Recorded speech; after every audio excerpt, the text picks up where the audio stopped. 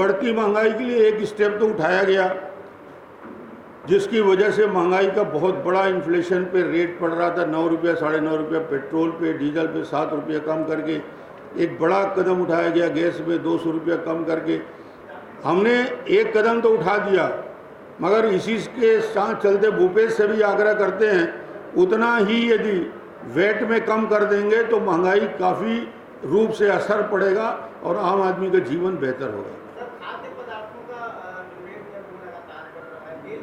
तेल के रेट में भी अब फर्क आना शुरू हुआ है, क्योंकि जो 2-3 बड़े निर्णय लिए हैं केंद्र सरकार ने, उसका असर अंतर्राष्ट्रीय बाजार में भी दिख रहा है। अलग अलग राज्यों में अलग अलग प्रतिद्वंदी है। कांग्रेस कहीं ऐसा लगता नहीं कि दूसरे स्थान में भी पहुंच सके। उत्तर प्रदेश में उसकी हालत तीसरे, चौथे, पांचवें में आ गया है। बिहार में वो तीसरे, चौथे नंबर में आ गया। बड़े बड़े राज्यों में उनका अस्तित्व तो रहा नहीं। पश्चिम बंगाल में वो चुनाव से पूरी तरीके से बाहर हो गए। यानी बड़े राज्यों में कांग्रेस की स्थिति ये है कि वो चौथे और पांचवें जगह के लिए संघर्ष कर रहा है।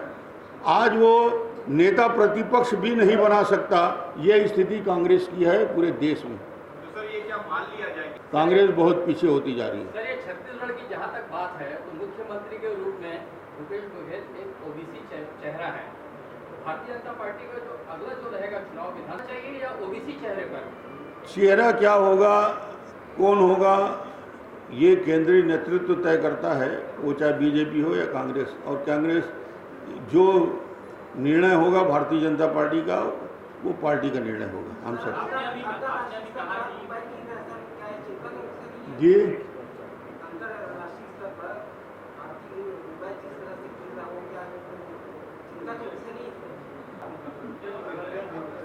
डॉलर का कीमत बढ़ रहा है, रुपया का गिर रहा है, ये बोल रहे हैं। ये तो इंटरनेशनल मार्केट पे चलता रहता है। पेट्रोलियम पदार्थ और डॉलर का जो रेशियो है उस आधार पे ये कम ज़्यादा होता है, उसकी चिंता करने की जरूरत नहीं। एक मिनट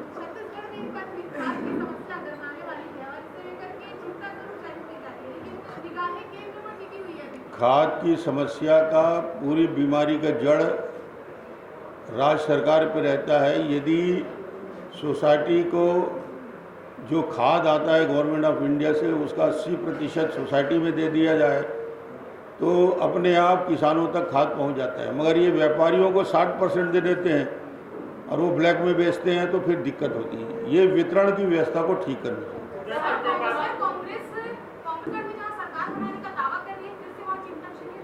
इनके चिंतन शिविर इतना ज़्यादा होने लगे, चिंता होने लगी उनको। इनका जो प्रमुख ट्रेनर था, कोच जिसको कहा जाता है, वो मैदान छोड़ के भाग गया है। पीके क्या बोलते हैं? पीके बोलता है कि इनको मैं कुछ सिखा ही नहीं सकता, क्योंकि ये सीखना ही नहीं चाहते। कांग्रेस किसी से कुछ सीखना ही नहीं चाहती। एक लोगों को पकड़ के लाए थे प्रशिक्षण के लिए, वो भी भाग गया। तो इनको प्रशिक्षण नहीं दिया जा सकता। आज का जो चिंतन मैं सुन नहीं पाया, सॉरी।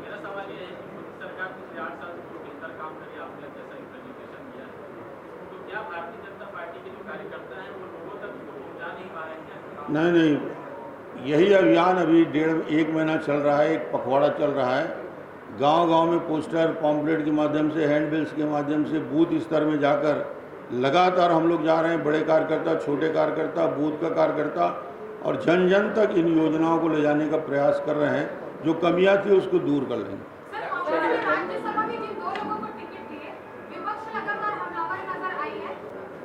कांग्रेस में छत्तीसगढ़ में योग्य व्यक्ति उपलब्ध नहीं होने की वजह से बाहर से आयातित लोगों को बुलाया जाता है।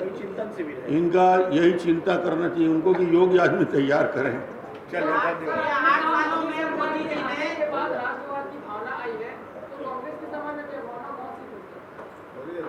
आज तो राहुल गांधी के एक प्रश्न ही आपका जवाब है कि उनको ये कन्फ्यूजन है कि भारत राष्ट्र है कि नहीं, तो क्या राष्ट्रवाद की बात करेगा? ऐसा कोई अभियान नहीं चलता। सब पार्टी अपने मजबूती से खड़े हों, हमारी शुभकामनाएं। For more news updates, do subscribe, like, share and comment. Clipper 28.